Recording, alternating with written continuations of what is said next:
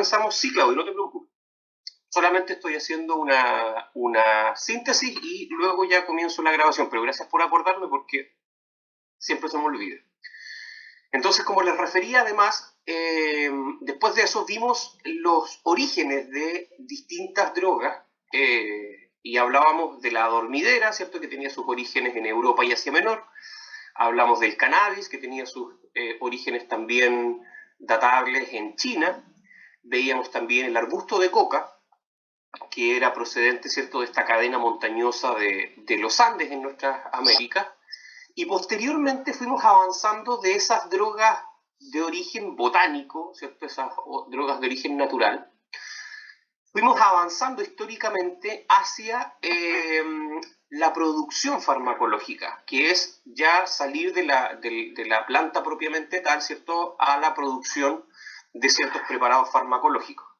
Y en eso, uno de los elementos que podíamos reconocer dentro de esta producción de sustancias, veíamos de que la primera que tenía gran impacto precisamente tenía que ver con la morfina y luego, ¿cierto?, la 5 veces más poderosa, que es la diacetilmorfina o la heroína.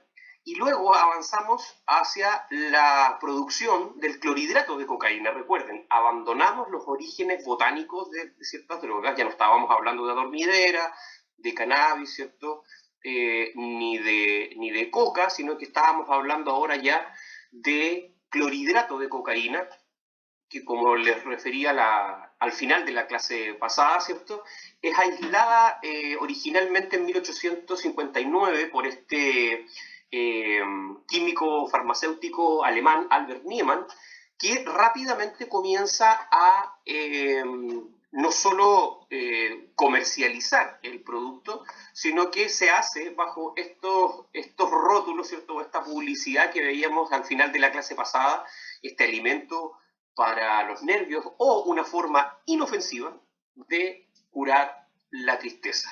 La mayoría de las drogas de síntesis que hoy día podemos encontrar en la actualidad partieron originalmente como fármacos, para luego, ¿cierto?, y una vez estudiados sus efectos adictivos, ¿cierto?, han pasado a componer, ¿cierto?, parte del catálogo de las drogas ilegales. Hasta ahí nos quedamos la clase pasada y nos quedamos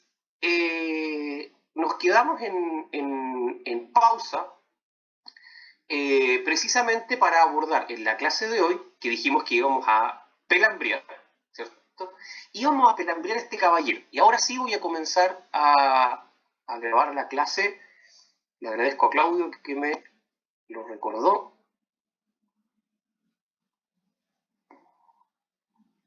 Ahí sí. A ver, denme un segundo que acá algo...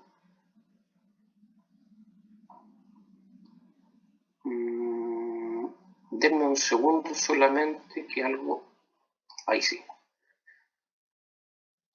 Es que no solamente estaba grabando, sino que además estaba transcribiendo y no sé cómo pareció eso. Ya, ahora sí está grabando solamente. Entonces, como les refería, nos íbamos a detener un poco en este punto que para nosotros y nosotras, ¿cierto?, como parte de esta disciplina psicológica. Dígame. No hay ninguna forma como sacar esa cosita que dice presentando arriba que tapa la presentación. A ver, dame un segundito. Así es que eso lo podemos... Ahí sí. No sé qué es lo que hice, pero salió. ¿Salió, cierto? ¿No se ve? No se ve. ¿Ahora no se ve? Sí, salió. ¿Se ve todavía? No. Ah, ya. Perfecto. Ya, Leti, muchas gracias.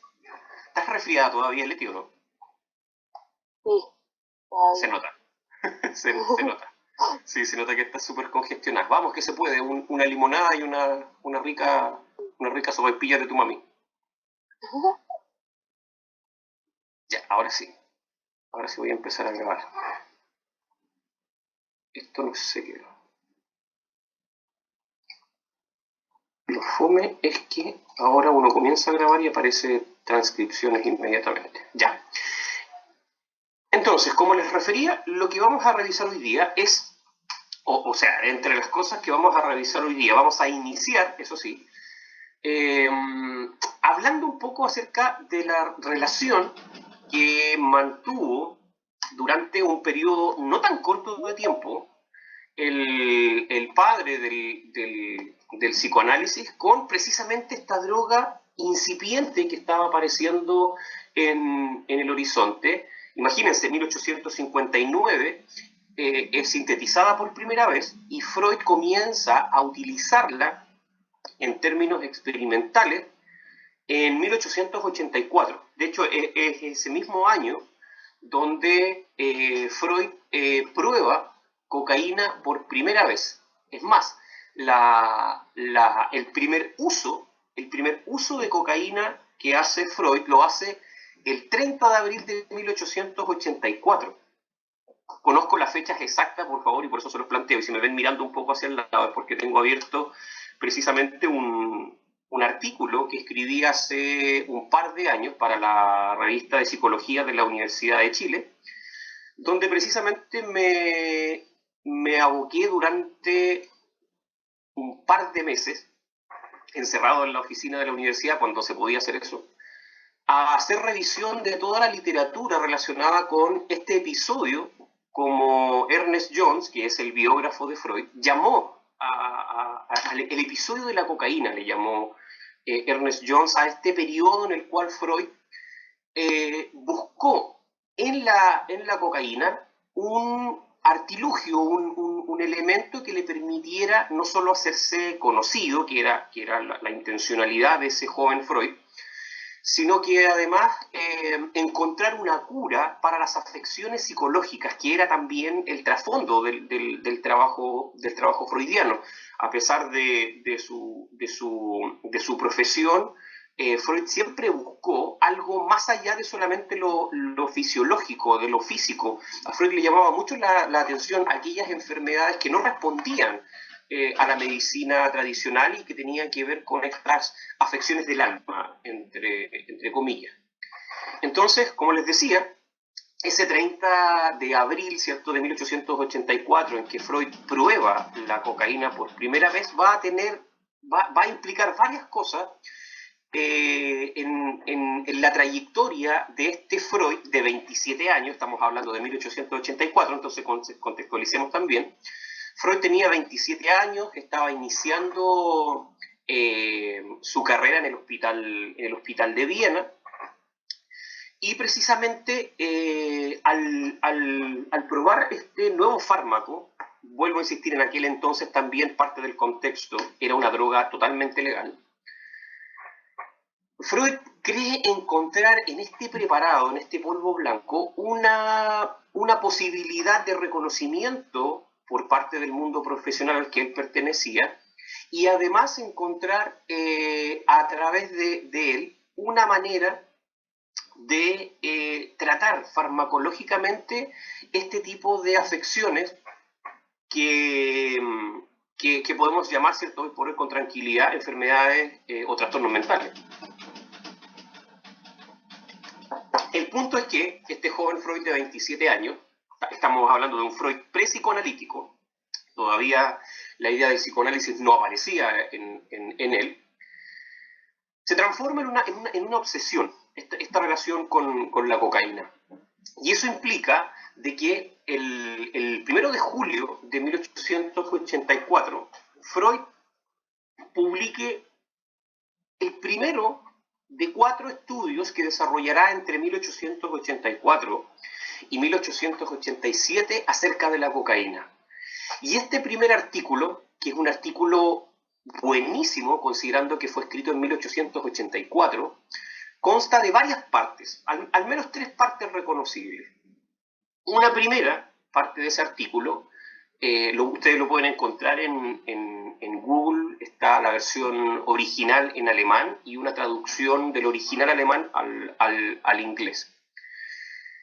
Ese texto, la primera parte es casi una revisión etnográfica, es casi una revisión histórica de la planta de la coca, del arbusto de coca, el Erythrocylon coca en su nombre botánico, Desde sus orígenes en la América precolombina, hace todo un recorrido Freud histórico del arbusto de coca, los lugares, ¿cierto?, en los cuales se cultiva, las características de la tierra y del clima en el cual este arbusto crece. Entonces, esa primera parte hace casi una descripción, vuelvo a insistir, del arbusto. Luego pasa a una segunda parte en ese artículo, en el cual Freud comienza a describir los efectos que provoca la cocaína en el cuerpo de un adulto sano. Lo interesante de eso es que el cuerpo de ese adulto sano es el propio. Freud experimenta con pequeñas dosis, con pequeñas cantidades de cocaína diluida, y a partir de aquello comienza a describir los principales efectos que provoca el clorhidrato de cocaína, entre ellos la euforia, ¿cierto?, el aumento de la energía, la alteración de la vigilia, ¿cierto?, que las personas pueden mantenerse más tiempo despiertas, la reducción de la fatiga, etcétera, etcétera. Y una tercera parte, que es probablemente una de las que va a generar mayor resquemor por el propio mundo médico, disculpen, es la tercera parte final de ese artículo sobre coca, donde Freud se aventura a establecer ciertos consejos de aplicación de la cocaína para ciertos trastornos. Y no solamente trastornos de salud mental, sino que también trastornos físicos. Refieren aquí en aquel apartado, Freud, de que la cocaína puede ser útil para reducir la fatiga y el cansancio, para la caquexia, que es una forma de desnutrición extrema, y también se aventura en algo que le traerá a la postre varias consecuencias. Se aventura en ese primer artículo, en el apartado final, a recomendar el uso de cocaína para tratar la adicción al alcohol y la morfina. Vuelvo a insistir, 1884, un Freud de 27 años, una sustancia en ese tiempo plenamente legal, pero que va a conllevar no solamente el interés, ¿cierto?, de este joven Freud prepsicoanalítico con respecto a esta sustancia, sino que en esta búsqueda por reconocimiento va a encontrar en esta sustancia menos de lo que él esperaba, principalmente porque lo que finalmente es originalmente para Freud la esperanza de encontrar algún reconocimiento, se transforma posteriormente en un motivo de cuestionamiento para lo que es la carrera de Freud, y algunas otras consecuencias que les voy a comentar también un poco más adelante. Este estudio original, ¿cierto?, sobre coca del 84, contiene en este apartado de la experimentación personal con la cocaína una descripción bastante científica de las dosis y los efectos percibidos, y está muy pulcramente descrito. Ustedes saben, ¿cierto?, de que Freud siempre fue un muy buen escritor. Él publicó más de 20.000, escribió más de 20.000 cartas durante toda su vida. Entonces, hace una descripción muy detallada, es un texto muy, muy, muy interesante. Sin embargo, las recomendaciones que Freud va a entregar en ese texto, como les refería, le van a traer muy complejas consecuencias, toda vez que una de sus recomendaciones la va a utilizar con una persona cercana a él, un muy buen amigo, que tenía hasta ese entonces un problema muy severo de adicción a la morfina. Y Freud, que estaba iniciando precisamente sus estudios, le prescribe a este amigo cocaína para tratar su adicción a la morfina. Y como estamos en la parte del pelambre, y estos son todos pelambres con evidencia, así que son buenos pelambres, el punto es que este amigo de Freud efectivamente con el tiempo logra abandonar la morfina, que era una adicción que arrastraba por mucho tiempo, pero se volvió adicto a la cocaína. Y con el pasar de los años, este amigo va a morir producto de una sobredosis por clorhidrato de cocaína aplicada de manera endovenosa. Y va a morir más adelante, y va a significar también un duro golpe para Freud en términos de esta incipiente experimentación con la cocaína. Dicho esto, algo que hay que reconocer inicialmente es que hay una mirada negativa y una mirada positiva del Freud experimentador con cocaína de este periodo antes del psicoanálisis. Tanto así de que las obras completas, como les refería la semana pasada, no incluyen los 4 estudios que ustedes pueden ver en la presentación. Los cuatro estudios que él desarrolló con la cocaína no aparecen en las obras completas, están totalmente omitidos. Hay libros aparte, libros individuales que progresivamente y posterior a la era freudiana hicieron rescate de estos estudios. Ernest Jones, como yo les refería, también genera como un capítulo dentro de la biografía de Freud, pero lo tiende a pormenorizar. Incluso muchos psicoanalistas hoy por hoy aluden muy poco a este, ¿cómo podríamos llamarle?, affair que tuvo Freud con la cocaína, porque estamos hablando de una droga, se fijan, y el objeto droga regularmente se ve como algo que tiende a contaminar las imágenes, ¿cierto?, de las grandes figuras, que en particular considero que no debería ser así, toda vez que, vuelvo a insistir con lo que hablábamos en la clase pasada, la historia de la humanidad y las drogas ha estado siempre a la mano. Pero eso es parte también de los prejuicios relacionados con la droga. Se crearon muchos mitos alrededor de Freud y la cocaína, muchos de ellos sin ningún tipo de sustento, otros en base a algunos estudios parciales, pero la realidad sea cierta, Freud tuvo un vínculo con la cocaína que duró mínimo 11 años. Y mínimo 11 años porque, fíjense ustedes, el primer consumo de Freud es en 1884, y en la interpretación de los sueños, en el cual Freud utiliza sueños propios para poder explicar, ¿cierto?, la lógica de la interpretación de los sueños, ahí hace alusión a un sueño de 1895, ¿sí? 1895. ¿Se acuerda de un sueño? Recuerden que Freud escribía las fechas, era muy detallista con sus sueños.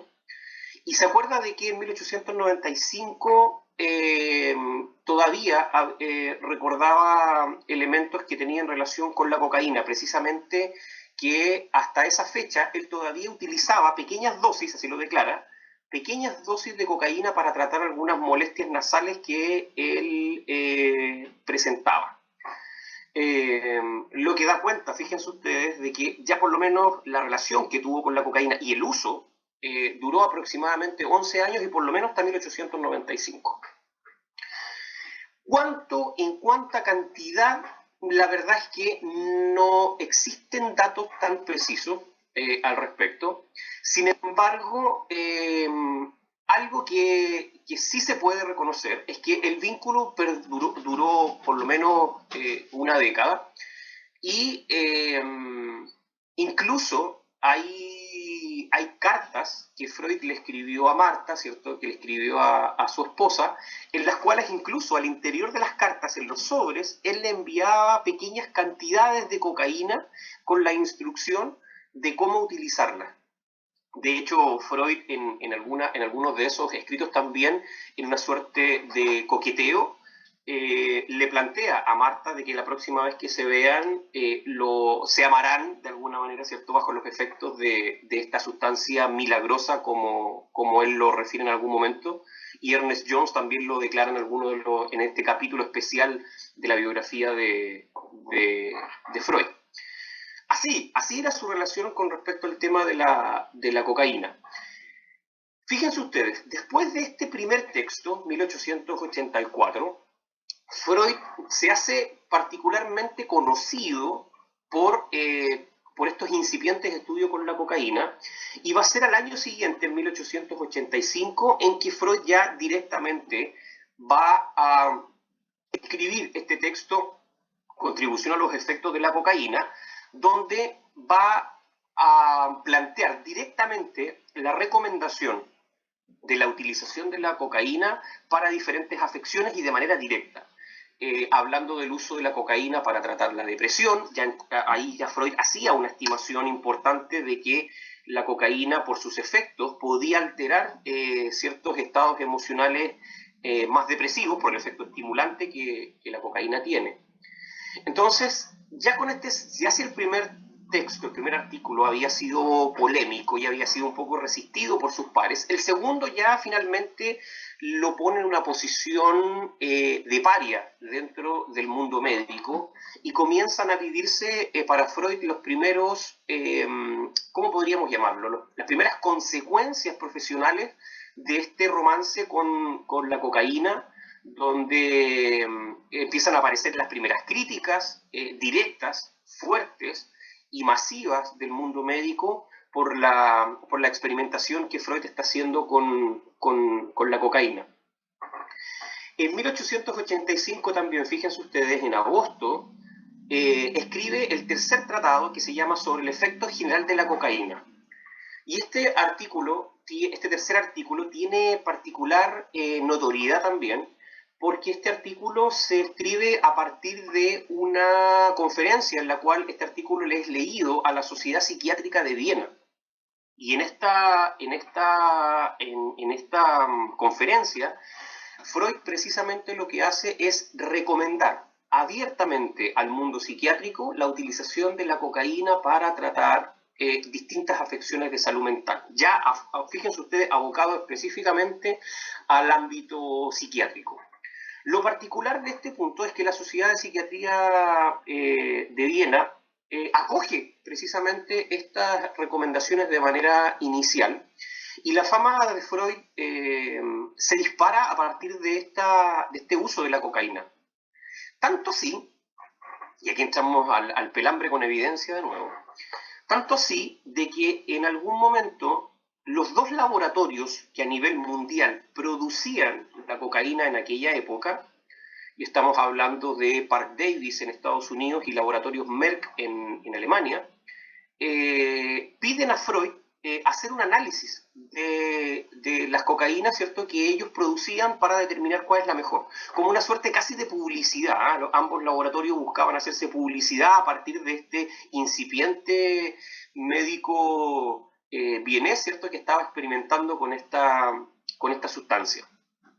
Al inicio, Freud se resistió un poco a hacer este estudio comparativo, pero con el tiempo se dio y finalmente él hace un estudio comparativo de la cocaína diseñada por Parke Davis y por la de Merck, que a todo esto, no sé si ustedes lo saben, pero la noción, ustedes han escuchado de que la cocaína le llaman merca, ¿cierto? Y precisamente la noción el concepto de llamar a la cocaína merca viene precisamente del laboratorio alemán, porque el laboratorio es Merck, ¿cierto?, con K al final, y de ahí viene el concepto de la cocaína como merca. Cuando Freud finalmente desarrolla el estudio comparativo, finalmente lo que establece es que ambas cocaínas son de idéntica calidad, de muy buena calidad según lo que él refiere, pero que la cocaína alemana es particularmente más cara, ¿cierto?, que la norteamericana, entonces establece solamente una distinción de precios y costos, más allá de establecer diferencias de calidad. Ahora, tal vez lo más positivo para Freud en tiempo, ¿cierto?, de esta experimentación es que ambos laboratorios le entregaron muestras gratis de cocaína para poder hacer los siguientes estudios. Entonces ahí tenía, ¿cierto?, su dealer, probablemente. El punto es que ya en este tiempo, ya la resistencia de parte del mundo médico a la vinculación que Freud tenía con la cocaína y sus recomendaciones reiteradas de su uso en temas médicos, ya se le vino encima de manera muy cruenta. Y en 1887, fíjense ustedes, 2 años después del último estudio, Freud publica el que va a ser el último estudio sobre la cocaína, en el cual plantea una defensa de su uso, pero de una manera más mesurada. Como si en cierta medida Freud en este cuarto estudio comenzara ya a hacer eco de las críticas que estaba recibiendo. Y si bien plantea nuevamente una defensa importante de la aplicación y uso de la cocaína, lo hace de una manera más mesurada y comienza a adecuar o suavizar algunas sugerencias, sobre todo planteando que el uso de cocaína vía endovenosa no es recomendable precisamente por el potencial adictivo que puede generar, pero también por los efectos en la salud, incluyendo, ¿cierto?, la posibilidad de morir por una sobredosis. El punto es que estos vaticinios se transforman en ciertos, y como les refería a este amigo que le prescribe cocaína en 1884, termina falleciendo, si mal no recuerdo, en 1894, más o menos. Y precisamente porque este amigo utiliza cocaína de manera inyectada, y finalmente eso le causa una sobredosis y la muerte. Esa muerte en particular de este amigo y esta progresiva resistencia y negatividad del mundo profesional termina haciendo de que Freud se aleje de la cocaína, y generando toda esta neblina, toda esta zona gris de la historia del Freud pre-psicoanalítico, que, como les refería, tiende a generar una suerte de fantasma, una suerte de mitos, además, alrededor de este vínculo. En este artículo que yo les planteo, en este artículo que escribí para la revista Psicología de la Universidad de Chile, lo que yo hago es generar una transformación en esta zona gris para mostrar de que este periodo de vínculo entre Freud y la cocaína no debe ser tomado como una salida, ¿cierto?, como una salida temporal de Freud de lo que va a ser su línea histórica, como una pérdida de sentido, ¿cierto? Freud denomina a este periodo, lo denomina como el alotrión. El alotrión es como una salida del flujo normal de las cosas para luego retornar. Entonces Freud le llama como un alotrión. Incluso Freud es un poco autocastigador con este periodo. Y en este artículo que, como yo les refería, escribí hace un par de años, lo que yo hago es hacer una reivindicación de la relación que Freud tuvo con la cocaína, porque probablemente sin ese periodo gris, Freud nunca habría llegado a desarrollar sus estudios psicoanalíticos posteriores. Porque algo que no se considera, algo que no se ha tomado en cuenta regularmente de este periodo gris, ¿cierto?, de Freud y la cocaína, es que la frustración que va a surgir a partir de este episodio va a ser el cimiento para el psicoanálisis. ¿En qué sentido? Hagamos un poco de memoria. Freud va a buscar en la cocaína una cura farmacológica para los trastornos de salud mental, ¿cierto? Hasta ahí vamos bien. Freud dice hay enfermedades que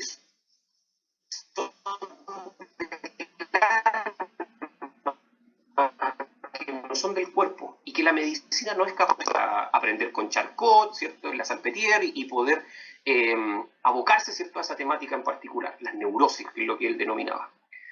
Entonces él cree encontrar en la cocaína una cura farmacológica para los trastornos de salud mental. Pero fíjense ustedes que, como les refería, va a encontrar más resistencia y negatividad en su aproximación con la cocaína que el reconocimiento que él esperaba. Sin embargo, esta frustración de no encontrar en este preparado farmacológico la cura para los trastornos mentales lo obliga a encontrar la cura por la palabra, que es la base de lo que nosotros y nosotras hacemos, que tiene que ver con la psicología y la psicoterapia, es decir, la cura por la palabra. ¿Se fijan entonces? Lo que algunos llaman un traspié en la historia freudiana, lo que algunos llaman una época oscura de la historia freudiana, en mi caso en particular y como investigador en términos de las drogas,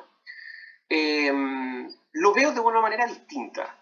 Yo creo que el juego de Freud con la cocaína lo lleva no solamente a la frustración de no encontrar en ella la fama y la cura para afecciones psíquicas, sino que lo obliga a hacer el ejercicio tal vez más radical y originario para la psicoterapia, que es reconocer la cura a través de la palabra, no a través de un preparado farmacológico. Entonces, mi replanteamiento de la historia freudiana es que este episodio de la cocaína le genera una frustración, pero le da la plataforma para que Freud desarrolle las ideas psicoanalíticas que posteriormente sí lo harán reconocido, famoso, y alcanzar el rótulo, ¿cierto?, de uno de los grandes pensadores del siglo XX. ¿Se fijan entonces? Hay ahí también hay una manera de resignificar también la historia freudiana. ¿Por qué se los planteo? Casi 10 años, 11 años, ¿cierto?, en relación con la cocaína. Cuando Freud deja la cocaína, comienza a fumar mucho. Él siempre fue un gran fumador de tabaco. La imagen, ¿cierto?, en la pantalla lo puede referir así. Pero cuando él deja la cocaína, comienza a fumar mucho tabaco.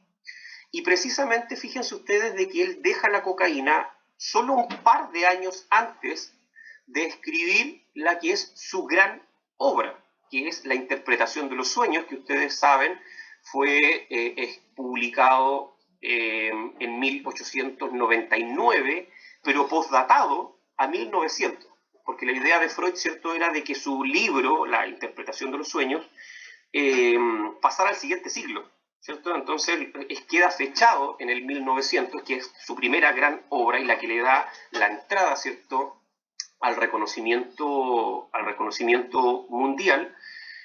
Lo hace un par de años después de haber dejado la cocaína, ¿cierto?, y de incrementar el uso de tabaco. Muchos autores críticos plantean de que efectivamente esta publicación de estas grandes obras o la inspiración de las grandes obras psicoanalítico-freudianas habrían estado en base al uso de cocaína de su autor. Sin embargo, de eso tampoco hay evidencia, ¿cierto?, y también cae dentro de lo que es el mito. En sus escritos posteriores, en sus escritos ya psicoanalíticos, Freud volverá parcialmente en algunos textos y de manera muy tangencial a hablar de las drogas y en particular a hablar de su episodio con la cocaína, pero de manera muy, muy, muy tangencial. Vuelvo a insistir en aquello. El punto, vuelvo a insistir, en que lo que podemos destacar de esta historia es precisamente cómo podemos vincular esta zona oscura con las luces, ¿cierto?, que veremos posteriormente y a partir del 1900 en todo lo que es la publicación prolífica, ¿cierto?, publicación freudiana a partir de aquel entonces. El artículo del cual les hablo se los dejé en la plataforma por si ustedes quieren leerlo, no es una lectura obligatoria, pero se los dejé ahí en la plataforma. El texto se llama Los escritos de Freud sobre la cocaína, 1884-1887, sujeto, objeto y contexto. Se los dejé en la plataforma, voy a insistir, el PDF por si ustedes quieren darle una lectura más profunda a esos textos. Perdón, a ese texto. Algo que también podemos pelambrear de Freud, y ya no del joven Freud, sino que del Freud psicoanalítico ya, es que la vida de Freud estuvo marcada siempre por las drogas. Fíjense ustedes, teniendo 27 años, comienza a experimentar con la cocaína, hace estos estudios, luego, ¿cierto?, se detiene, comienza su romance eterno con el tabaco, que nunca abandonó. La gran adicción de Freud fue el tabaco, y él fumó por muchos años y a pesar de tener un cáncer a la mandíbula que le significó perder gran parte, ¿cierto?, de la zona bucal. De hecho, él utilizaba en los últimos años una suerte de placa metálica que era muy incómoda, que de hecho Freud le llamaba a esa placa el monstruo. Y que lo utilizó por mucho tiempo, precisamente por la pérdida que había sufrido de gran parte de su mandíbula superior. El punto es que este cáncer no hizo que Freud dejara de fumar, por el contrario, él siguió fumando. Pero los dolores eran tan intensos que él había establecido un acuerdo previo con su doctor, Max Schur, para que si en algún momento los dolores que le provocaba este cáncer de mandíbula, el cual recibió cerca de 33 intervenciones quirúrgicas más o menos, en este acuerdo con Max Schur, que era su médico de cabecera, estaba el acuerdo de terminar con su vida. si los dolores se volvían muy intensos, terminar con su vida. En un acuerdo que era privado, solo tenía conocimiento él y su médico, y bueno, Freud había instruido a Max para que en el momento que ello ocurriera, se lo comentara a Ana, ¿cierto? Su hija, que era con la que tenía el vínculo más estrecho. Entonces, fíjense ustedes, la vida de Freud estuvo marcada por las drogas, tanto así que su muerte también va a estar relacionada con otra droga. Freud muere el 23 de septiembre de 1939 después de 3 inyecciones de morfina. Entonces, algo que podemos también sacar en limpio de la historia freudiana es que estuvo marcada durante todo su recorrido hasta la muerte por drogas, cocaína, el tabaco, ¿cierto? Y la morfina. Pero además nos plantea otra noción que no es menor. Freud, nos guste o no, seamos cercanos con sus propuestas o no, Freud fue un revolucionario en muchas cosas. Experimentó con cocaína cuando nadie quería hacerlo, siendo médico se preocupó de los trastornos de salud mental más que de la medicina física, hizo transformaciones importantes en la manera de entender las afecciones de salud mental, pero también fue capaz de gestionar su vida y su muerte. ¿Se fijan? Nosotros podríamos considerar de que este es un caso particular y único también, dentro de la mirada más bioética, de la aplicación de la eutanasia. Freud incluso fue capaz de determinar cuándo morir y cómo morir, ¿se fijan? Y buscando también un buen morir, precisamente por los dolores que acarreaba producto de esta cruenta, ¿cierto?, enfermedad. Entonces, dígame. ¿Lo que le provocó la muerte fueron las 3 inyecciones de morfina? Exacto. Él decidió terminar con su vida porque los dolores que estaba sintiendo ya en ese entonces, Freud, recuerden ustedes, en 1939 ya estaba en Londres, estaba en Inglaterra, ya escapando precisamente de Viena porque la persecución nazi se venía encima. Ya Freud ya había sido visitado, ¿cierto?, en su consulta. Una de sus hijas también había sido detenida por las policías de la SS y eso finalmente le terminó provocando mucho miedo a Freud y decide emigrar, salir de Viena precisamente por el riesgo que estaba corriendo su vida. Y en ese sentido, fíjense ustedes, también ahí hay un elemento anecdótico que es bien interesante, también dentro del copuchenteo, pero también es copuchenteo con evidencia. ¿Saben ustedes dónde Freud estuvo a punto de pasar sus últimos días? Los termina en Londres, ¿sí?, en Inglaterra, pero él estuvo muy cerca de pasar sus días en otra latitud, en otras latitudes. ¿Saben dónde? ¿Dónde, profe? En Chile. Aunque ustedes, sí, en Chile, aunque ustedes no lo crean, hubo una campaña en nuestro país liderada por un tal Neftalí Reyes, conocido como Pablo Neruda, que precisamente pidió en aquel entonces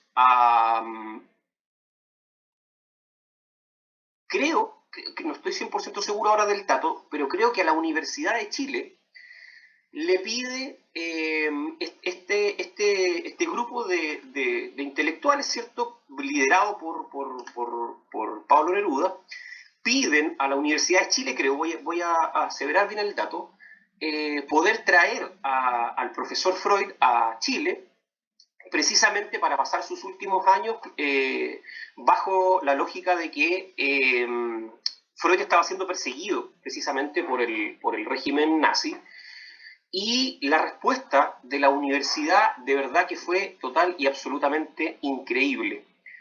Dijeron no tener dinero, así de sencillo. Dijeron no tener dinero para poder traer al profesor Freud, ¿cierto?, pasar sus últimos años a Chile, en una situación que, si nosotros lo miramos de manera histórica, podría haber cambiado la historia del psicoanálisis en América. El psicoanálisis entró a América fuertemente por Argentina y precisamente por los migrantes europeos que llegaron por aquel entonces. Y es en Argentina donde existe una corriente psicoanalítica probablemente la más poderosa de América Latina. Pero imagínense ustedes, esto es como el what if de Marvel que está saliendo ahora. ¿Qué hubiese pasado si, imagínense si Freud hubiese muerto en Chile? Imagínense lo que eso habría significado en términos de la historia no solo del psicoanálisis, sino que la historia del psicoanálisis en Chile.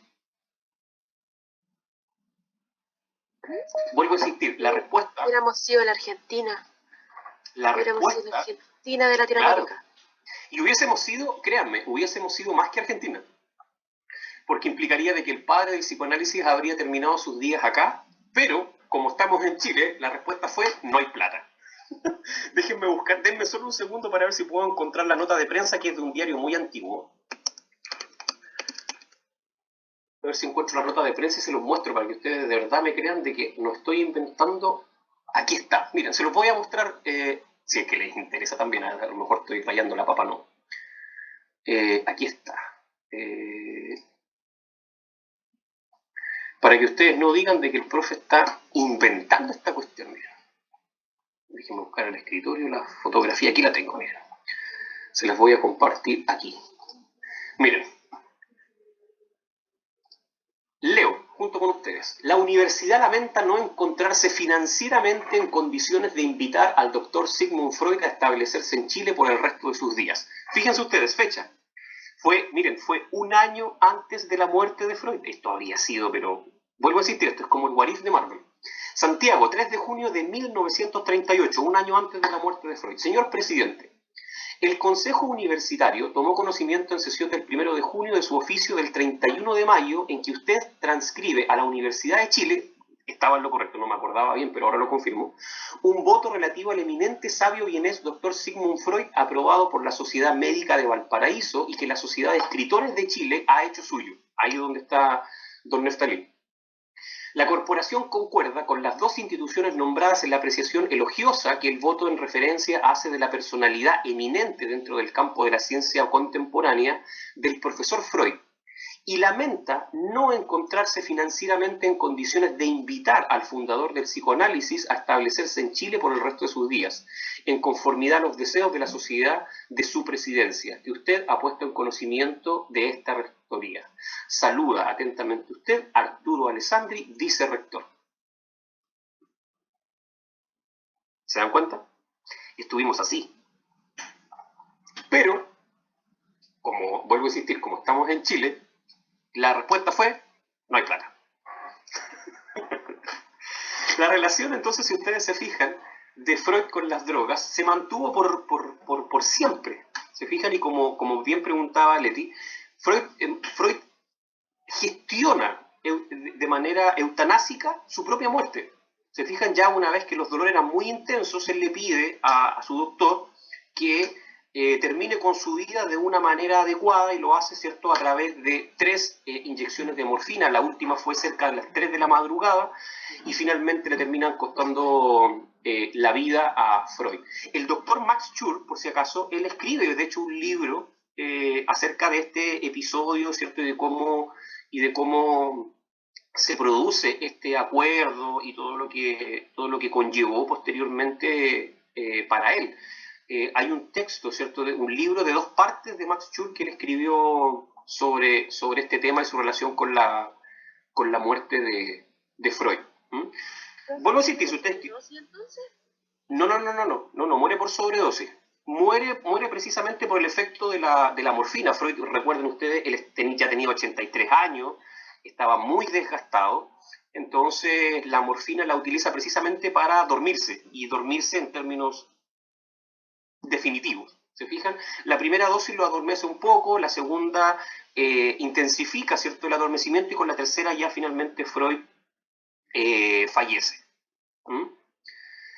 Vuelvo a decir que si quieren profundizar el texto se los dejé en la plataforma. Solamente aquí hay una cronología del Alotrión, vuelvo a insistir con la lógica del Alotrión, esto como una salida de la ruta original, donde aquí también pueden encontrar algunas efemérides, algunas fechas importantes que fui rescatando a partir de esta lectura de los distintos textos que revisé para escribir ese artículo. Así que si ahí quieren pelambrear más, métanse al artículo nomás y léanlo. No es un texto muy largo, Solamente decirles de que lo escribí como una forma de hacer reivindicación a la trayectoria del padre del psicoanálisis y no mirar esto como un periodo oscuro, sino más bien como la antesala que le obliga, ¿cierto?, a Freud a abandonar una cura farmacológica y llegar precisamente a la cura por la palabra, que es la base del psicoanálisis, ¿cierto?, y la base de la psicoterapia.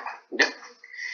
Este joven barbudo que ustedes pueden ver en pantalla, Ernest von Vliet, es precisamente el amigo de Freud que fallece a partir de una autoadministración de clorhidrato de cocaína vía inyectada. Y fíjense ustedes, en palabras del propio Freud, él plantea: la recomendación de la cocaína que yo había hecho en 1885 me trajo muy serios reproches. Un caro amigo ya muerto apresuró su fin por el abuso de este recurso.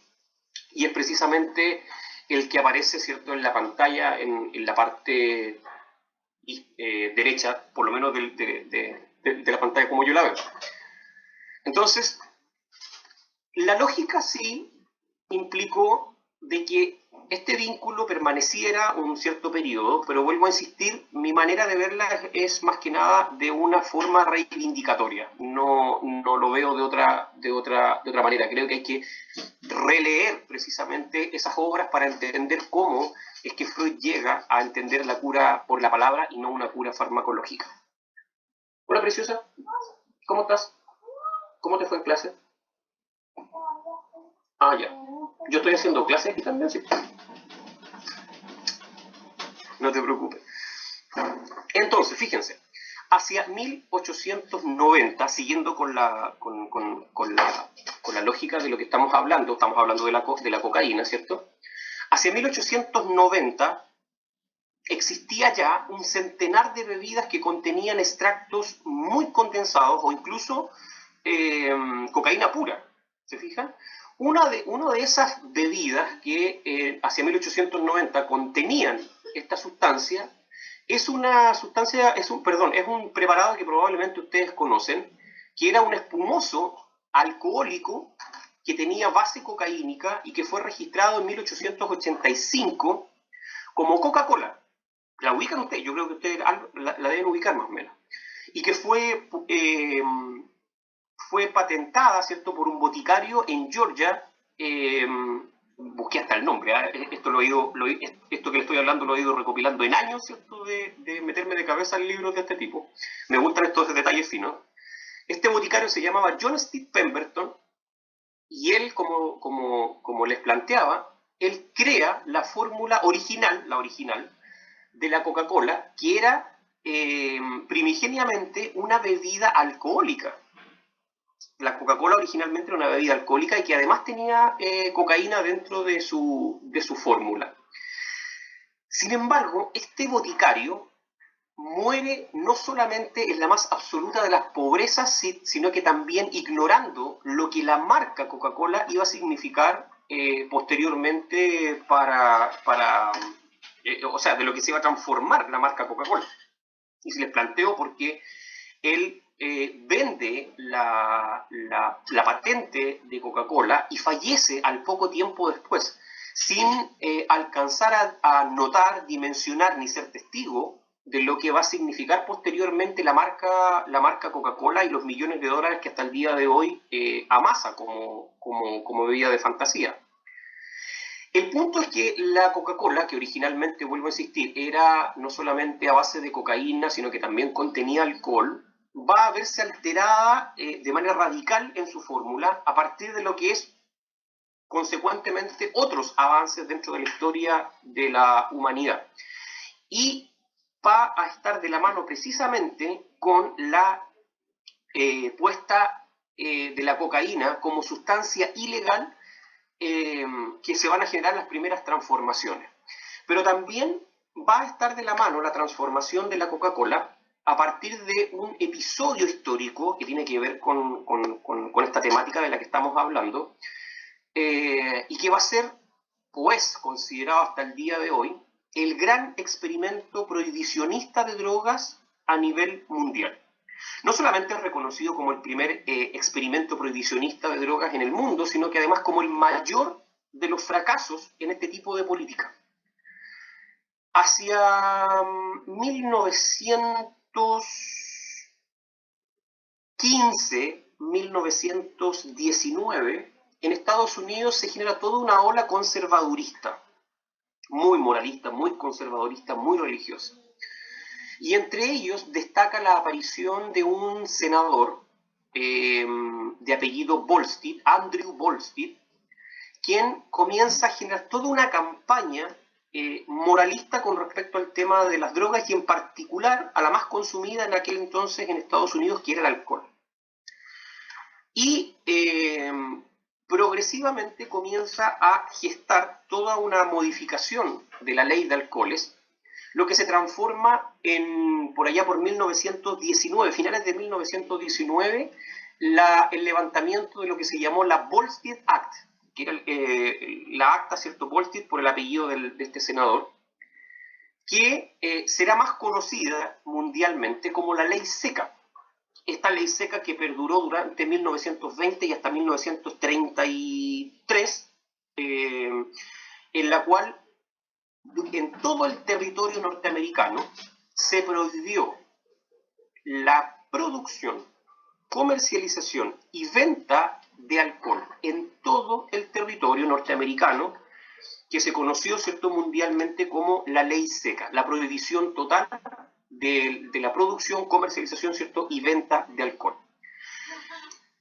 En el discurso de instauración de la ley seca, Andrew Volstead planteó un discurso bastante moral, bastante religioso, planteando como una de las frases, si mal no recuerdo, algo que decía así como: se han cerrado para siempre las puertas del infierno. El diablo de la bebida hace penitencia. Hombres y mujeres caminarán libres y sonrientes. Las cárceles quedarán vacías. Se han cerrado para siempre los portales del infierno. Sin embargo, algo que Andrew Volstead no consideró es que efectivamente las puertas del infierno del alcohol se cerraron, pero con todo Estados Unidos adentro. Porque lo que generó la ley seca fue un efecto totalmente opuesto al que buscaban. Durante 1920 y 1933 fue el periodo de mayor consumo de alcohol en toda la historia norteamericana. Fue el periodo además en el cual murieron una gran cantidad de personas por intoxicación con alcoholes de dudosa procedencia. El alcohol en ese entonces, como todas las drogas ilegales que hoy podemos encontrar, no tenían regulación porque eran ilegales. Por lo tanto, la producción de alcohol se hacía de manera clandestina, de manera ilegal, sin las condiciones, ¿cierto?, sanitarias necesarias y sin ningún tipo de rigurosidad en términos de lo que son sus calidades. Por lo tanto, no se establecía con claridad cuál era la graduación de los alcoholes, lo que implicó que mucha gente muriese intoxicada por alcoholes de muy mala calidad o de graduación muy elevada, lo que significó un tema sanitario importante en todo Estados Unidos. Pero eso no fue lo único. La ley seca no solo trajo consigo consecuencias sanitarias importantes, no solamente generó un incremento en la conducta de consumo de alcohol, sino que construyó alrededor del prohibicionismo del alcohol todo un negocio alternativo. Recuerden ustedes que este periodo de la ley seca nos dejó como herencia figuras como Al Capone. Las mafias asociadas a la venta, producción ilegal de alcohol fue tremenda durante ese periodo. Entonces el experimento prohibicionista norteamericano simplemente fue el fracaso más rotundo de la historia. Generó un negocio ilegal, generó consecuencias sanitarias y no logró el objetivo que buscaba, que era el consumo cero de alcohol, sino todo lo contrario: más consumo, más muerte, más adictos y la construcción de un imperio de ilegalidad alrededor de la producción de alcoholes. Vuelvo a insistir, Al Capone, que no es una figura ficticia, sino que surge a partir del enriquecimiento ilícito de la producción de alcohol. Sin embargo, y como dice la historia hasta el día de hoy, Al Capone nunca fue detenido producto de sus negocios ilegales el manejo de dinero, de influencia de la política y de la policía implicó de que Al Capone jamás fuese procesado por delitos relacionados con drogas ilegales, sino que Al Capone finalmente es detenido. Para que no lo llevaran preso. ¿Qué cosa? Les daba el copete para que no lo llevaran preso, pues si los cuicos también iban a tomar por los policías.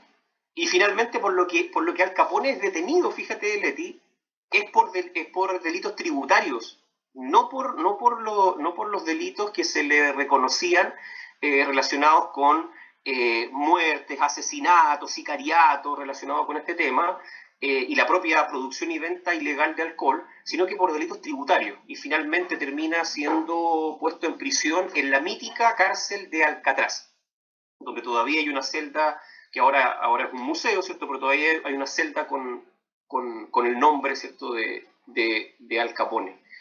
Pero imagínense, todo eso se produjo a partir de modificaciones en los cuadros legales de las sustancias. Eso implicó que en el caso de la Coca-Cola, por ejemplo, la ilegalidad del alcohol y de la cocaína hiciera de que la fórmula original de la Coca-Cola cambiara y se transformara, se sacara el alcohol, quedara el espumante y se cambiara la cocaína por la cafeína, ¿cierto? Que la cafeína hasta el día de hoy sigue siendo parte de la fórmula de la Coca-Cola.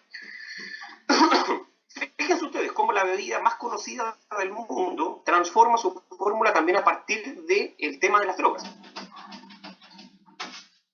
Vamos un poquito entonces, más adelante. Seguimos avanzando en la historia. ¿Qué es lo que tenemos hoy?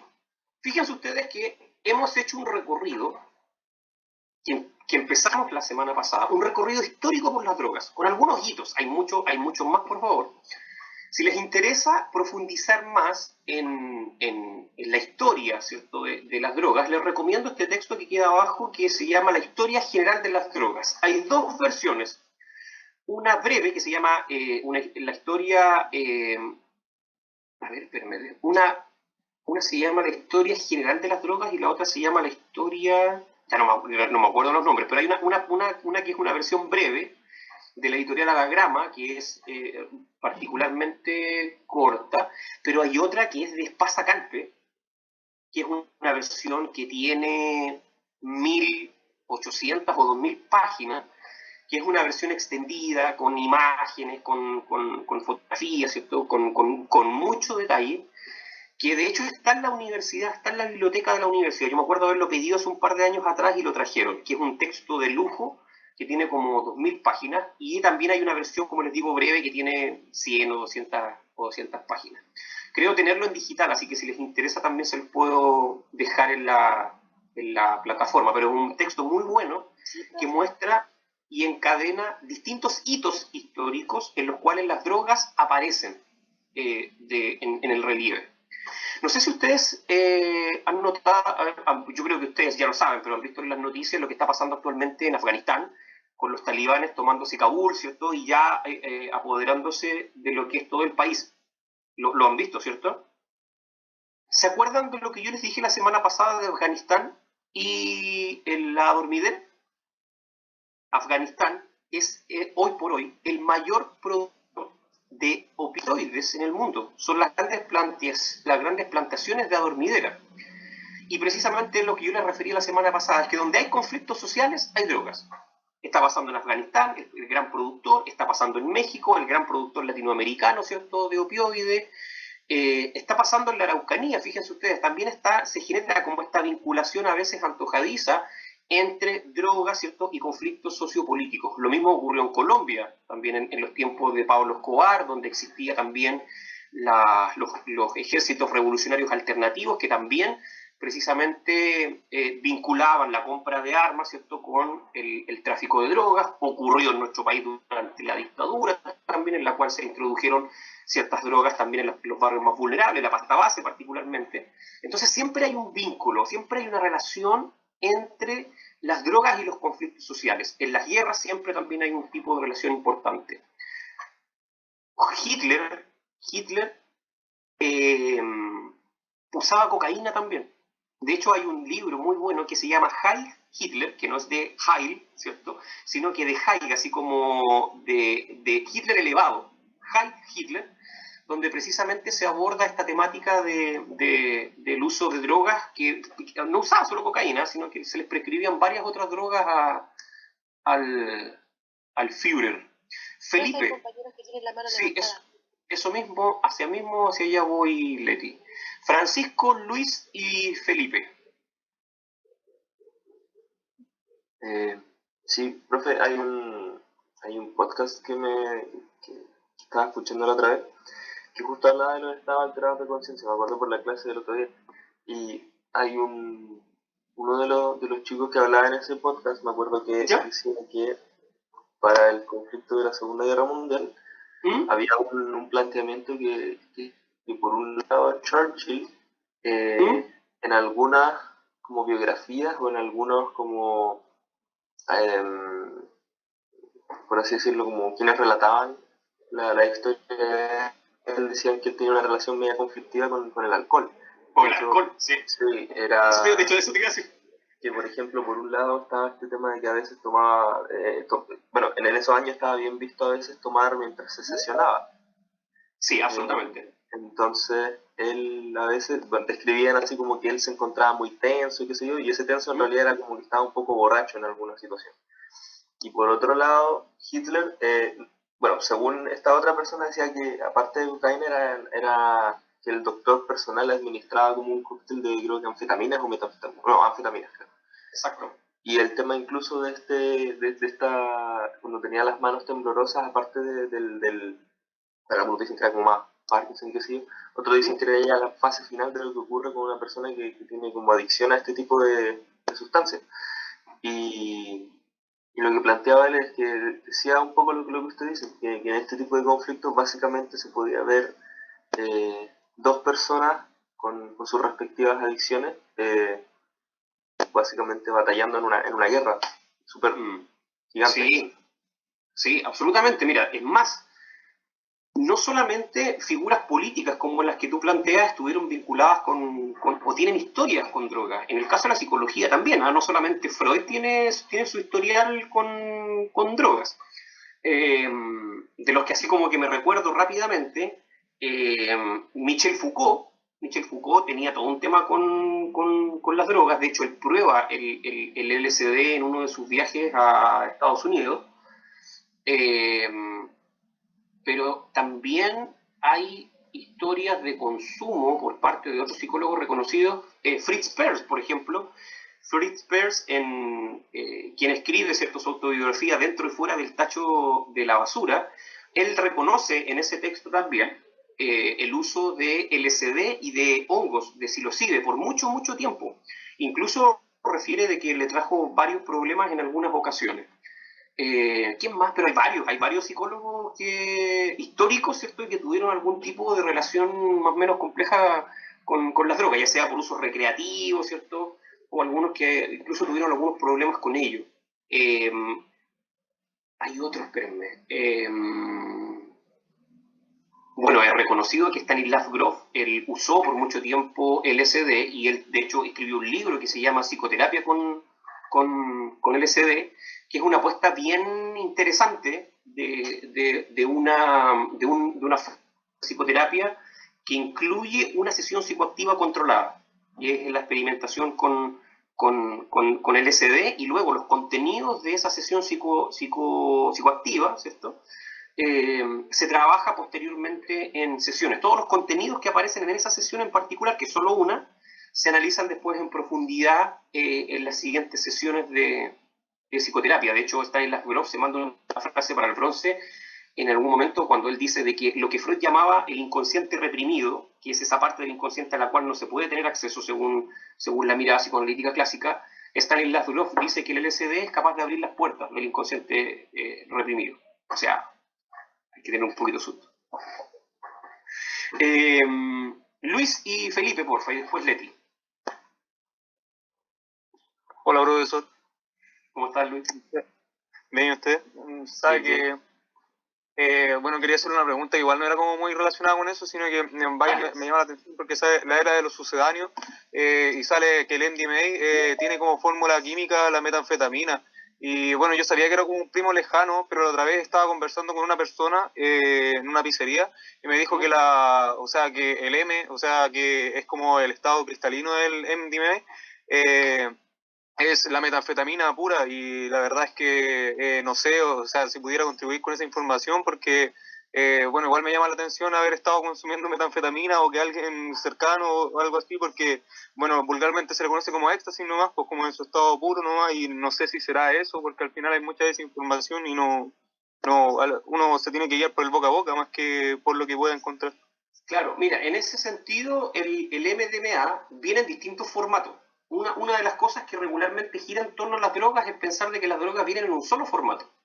El MDMA, o el éxtasis, ¿cierto? Como tú bien dices, es conocido, viene en distintos formatos. Hay éxtasis líquido, en polvo, en cápsulas, en pastillas y de distintos colores. Hay cristales también de MDMA. Entonces los formatos son diversos, absolutamente diversos, así como también encontramos cocaína, ¿cierto? No solamente en polvo, sino que también la encontramos líquida, que son distintas como preparaciones o en una suerte como de pasta, que no es como la pasta base, es como una suerte como de más espesa, no sé cómo encontrar ahí un análogo para referirlo. Pero el punto con el MDMA y a lo que quiero llegar con esto de la era de los sucedáneos, Luis, es que lo que podemos ver en este avance histórico evolutivo de las drogas y la humanidad es que cada vez las drogas son menos naturales y pasan a ser más preparaciones químicas. A eso me refiero con la era de la era de los sucedáneos. Porque hoy por hoy ya no estamos hablando del arbusto de coca, estamos hablando del clorhidrato de cocaína, la pasta base, etc. Ya no estamos hablando necesariamente solamente, ¿cierto?, de la marihuana, sino que también está el concepto de los cannabinoides sintéticos, por ejemplo. Ya no estamos hablando, ¿cierto?, del psilocibe, ¿cierto?, que es propio de los hongos, sino que también nos estamos encontrando con otro tipo de preparados psicoactivos como el Embome 25, el LSD, ¿cierto?, o el PMMA, como otras también que aparecen, ¿cierto?, cada año, ¿cierto?, en nuestra retina, como el DMT, ¿cierto?, que si bien tiene una historia, como que ha ido agarrando mucha fuerza en el último periodo, o el TUSI, u otro tipo de preparaciones que son preparaciones más bien sintéticas. Entonces, Antonio Escotado, que es un filósofo español muy estudioso de esta temática de las drogas, él plantea que lo que vivimos hoy como humanidad es la era de los sucedáneos, es decir, de las preparaciones farmacológicos psicoactivas para poder generar estados alterados de conciencia. No necesariamente drogas naturales, sino que preparados farmacológicos con muchos componentes químicos para acceder a estos, como les refería, estados alterados de conciencia. Entonces, por eso aparece cierto este listado: el crack, la pasta base, el MDMA, el ICE, el poppers, el K2, el Spice, etcétera, etcétera, etcétera. A eso me refiero también, Luis, con esa lógica de los sucedáneos. ¿Mm? Felipe, Felipe y Leti, que quedan aún con la Gracias, vuelta profe. de nada, Luis. Profesor, bueno, primero partir, que iba a hablar justo de lo mismo que habló Pancho. ¿Mm? En realidad lo que le inyectaban a Hitler no eran anfetaminas, sino que efectivamente eran metanfetaminas. Que lo que pasa es que en esos tiempos en Alemania se comercializaba de forma legal el pitín, creo que se llamaba. Había muchas drogas que hoy día ya no podemos acceder legalmente, sí. Totalmente, pero ese medicamento estaba hecho netamente en base a metanfetamina, que era el medicamento que utilizó la milicia alemana durante la Segunda Guerra Mundial, y a Hitler lo que hacían era inyectárselo de forma intravenosa. Les recomiendo ese libro que está ahí, para lo que tú estás planteando, Felipe. Sí, sí. Yo en realidad lo conocí por medio de un documental que vi en Netflix, no sé si estará todavía. Pero ahí hablaban de cómo Hitler, el médico personal, le inyectaba la metanfetamina porque tenía, tentativamente, según dicen, trastorno bipolar. Entonces, en sus fases depresivas, el médico le inyectaba metanfetamina para que obviamente pudiera rendir como el líder Mm. supremo. Según Claro. dicen también malas lenguas. La pureza del cuerpo en Hitler era un discurso nomás, ¿eh? Sí, claramente. Porque, Y también, porque, profe, porque consideremos también de que Hitler no era alemán. claro, se supone que era mitad alemán, ¿o no, profe? No era alemán. Ahí la dejo. Lean ese libro. Muy Ya. bueno. Pero hay una serie de inconsistencias, en lo que Hitler logró construir. O sea, hay todo un proceso ahí, pero Hitler no era alemán, si no me equivoco. Hitler era austriaco, parece, no estoy seguro, pero no era alemán, no era ario puro, así que en términos de ser descendiente directo de alemanes, no lo era. Pero también, como tú bien planteas, Felipe, la pureza del cuerpo no era tampoco lo suyo. No, profe, y aparte que el tema de que me impresionó también ver cómo históricamente ha pasado eso de comercializar ciertos medicamentos o comercializar ciertas cosas con medicamentos que finalmente resultan súper dañinas, como pasa hoy en día, por ejemplo, con el Mentix, ¿no? Que también Claro. es súper común en estudiantes universitarios, quizás no tanto Sí. en esta carrera, no sé qué tanto, pero en carreras que son como súper pesadas como medicina o ingenierías, sí, pues es súper común el Mentix y yo Mira, he visto también. en medicina, en las carreras de medicina, bueno, en las carreras altamente demandantes, pero en medicina en particular hay dos drogas que son regalonas de los médicos. Una es el Mentix y otra es el propanolol. El Mentix es un estimulante del sistema nervioso no benzodiazepínico, es decir, no provoca adicción física, pero sí provoca adicción psicológica. No provoca adicción física porque no genera adicción en el sentido de que el cuerpo te lo pide, ¿cierto? Y no cumple con los criterios. Pero sí provoca adicción psicológica en términos de que los efectos positivos que genera el consumo de Mentix hace que las personas lo busquen de manera compulsiva. Porque imagínense, es un estimulador del sistema nervioso central. Entonces, hace 10 años atrás que alcanzó mucha fama, precisamente porque les permitía a los estudiantes universitarios estudiar, por ejemplo, toda la noche, ir a rendir una evaluación con mucha lucidez y luego, ¿cierto?, dormir 2 días seguidos, ¿cierto?, para poder recuperar la energía y el sueño abandonado. Es un poco igual a la cocaína en ese sentido. De hecho, el Mentix se utiliza en algunos países como un tratamiento sucedáneo para tratar la adicción a la cocaína, el Mentix, porque provoca un efecto similar en términos de la estimulación del sistema nervioso central, pero no tiene la adicción física. Entonces la adicción psicológica es más fácil de tratar. ¿Se fijan? Entonces, como un paliativo se utiliza Mentix en casos de consumidores problemáticos de cocaína. Pero además de la cocaína, los médicos tienden y sobre todo los estudiantes de medicina, a utilizar mucho el propanolol. No sé si ustedes ubican el propanolol, pero es un medicamento que se le da a las personas que tienen problemas de hipertensión. Y el punto es que un propanolol hace de que manitos temblorosas no tengan temblores. Es decir, al otro día pueden hacer una cirugía, eso es muy propio, una cirugía, pero casi con una precisión única, porque quita los temblores, como un buen hipertensivo. Entonces andan así, pero sí, tiesecitos, por decirlo de alguna manera. Leti, ¿ibas a hacer una consulta o quedó el carrito arriba? Ay, lo que iba a decir era que viendo los sucedáneos, me puse a ver una de las pelis que recomendaron la semana pasada. Pero bajo su propio... Sí, no. Y paso el dato Clímax, lo vean luego en Netflix porque la sacan el 31 de agosto. Pero sinceramente quedé así como... Para adentro. No. Y... ¿Te dieron ganas de tomar sangría? Di la verdad. No, para nada. Porque ya me veía poniendo como loca, con brote psicótico. No me veía como brote psicótico. Sí, demasiado. O con motito. Me veía como Tito. Entonces, ay, se me olvidó la pregunta que iba a hacer. Ya, ahora me acordé. Lo que está pasando en Afganistán, igual me hago la pregunta, ¿por qué entonces un país como tan potencia mundial como Estados Unidos retira sus tropas de ahí, po. Si tenía, entre comillas, el ejército, podía tener acceso a la planta y todo eso, entonces, y si un país se retira, dejó la embarra al tiro. Y el país está en crisis ahora. Claro, lo que pasa es que hay un tema político que es distinto. El tema de las drogas y lo que ocurre en Afganistán es otra cosa, porque lo que le interesa a Estados Unidos, lo que le interesa al gobierno norteamericano de Afganistán no es el opio, no es la dormida, le interesa el petróleo, ¿te fijas?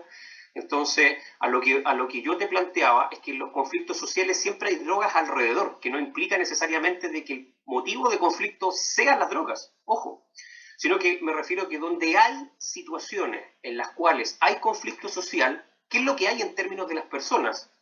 Displacer, ¿cierto? O sea, algo que nosotros podemos mirar y reconocer y afectarnos empáticamente es ver a personas tratando de subirse a un avión que está despegando. ¿Se fijan? Cuando vemos personas colgándose de las puertas o de las ruedas, ¿cierto?, de un avión, eso es doloroso porque esa es una expresión del miedo. ¿Se fijan? Ahora, ese miedo, esa angustia y esa ansiedad que se está viviendo hoy por hoy en Afganistán, ¿cómo creen ustedes que se puede resolver? ¿Quiénes ganan con eso? Quienes venden droga. Porque a falta de alternativas placenteras, las drogas se transforman, yo no tengo ninguna botella, pero se transforman en la felicidad envasada. ¿Se fijan? Es la japirina. ¿Se fijan? Es la pastilla de la felicidad, es el preparado de la felicidad envasado. Pero es una felicidad que es espuria, que dura muy poco. ¿Se fijan? Entonces se necesita se necesita el incorporar, ¿cierto?, rápidamente nuevamente la sustancia. Necesitamos más japirina. ¿Se fijan? A eso me refiero que donde hay conflictos, hay drogas, pero no necesariamente los conflictos son generados por las drogas, sino que las drogas aparecen como un invitado, ¿cierto?, a contextos en los cuales las fuentes de placer se tienden a reducir. ¿Te fijas? A eso me refiero. Pero en el caso de Estados Unidos y lo que pasa en Afganistán, ahí la lógica se mueve el conflicto se mueve por otro lado, es una cuestión más bien gubernamental, de modelos económicos, del petróleo, ¿cierto? Pero lo que voy yo es que donde hay conflicto, las drogas llegan. Donde hay displacer, las drogas aparecen, así como decir, hey, yo traigo la solución, por un pequeño monto, yo te ofrezco felicidad envasada. A eso me refería, Leti, de todas maneras. ¿Vale? Ya, profe, gracias. ¿Les parece que hagamos una pausa, estimados y estimadas? Para que vamos a ver un poquito de droga legal, ¿cierto? Un cafecito, un tecito, un poquito de desayuno y volvemos, ¿les parece? Sí, profe. Sí, profe. Vamos a tomarnos entonces, son las 10:25. Tomémonos 30 minutos, ¿les parece? Para que empecemos a tomar desayunismo. Sí, profe. Ya, perfecto. Entonces, déjenme aquí poner... Profe, antes que se vaya, la última cosa. Dígame. No sé, pero no soy la única, pero sale que nos unimos temporalmente al chat. Entonces, después cuando cortamos la llamada, no podemos descargar la grabación. No sé no sé qué es lo que pasa, porque no tiene que ver con una configuración mía, así como que yo los haya sacado del chat. La verdad es que desconozco por qué me pasan algunos cursos y no en todos. Pero de todas maneras, la grabación de la clase pasada ya está en la plataforma. Ya, profe. ¿Ya? Así para que no te preocupes, yo de todas maneras, si ustedes no tienen acceso, yo igual la bajo y la dejo en la plataforma para que ustedes puedan acceder. Y de hecho, como les decía Leti, la clase pasada, el PPT y la grabación ya están en la plataforma. ¿Vale? Ya, profe, gracias. De nada. Entonces volvemos a las 10:57 nuevamente. ¿Vale? Vamos y volvemos. Profe, Dígame, escucho. es que usted dijo que el PPT estaba, pero es que yo lo abro y es el de la clase anterior, está cortado hasta la parte que nosotros iniciamos hoy día, entonces, Sí, no sé. Porque la parte de hoy la voy a subir hoy. La clase pasada llegaba solamente hasta ese punto, así que no se preocupe. Ay, gracias, profe. Sí, no hay problema.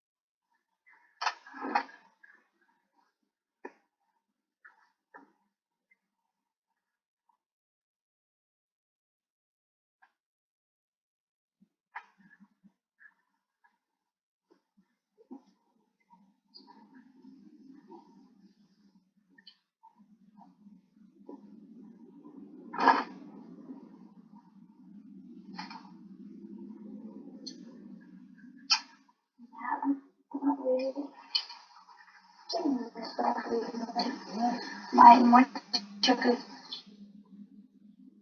chori. No te voy, yo chavo.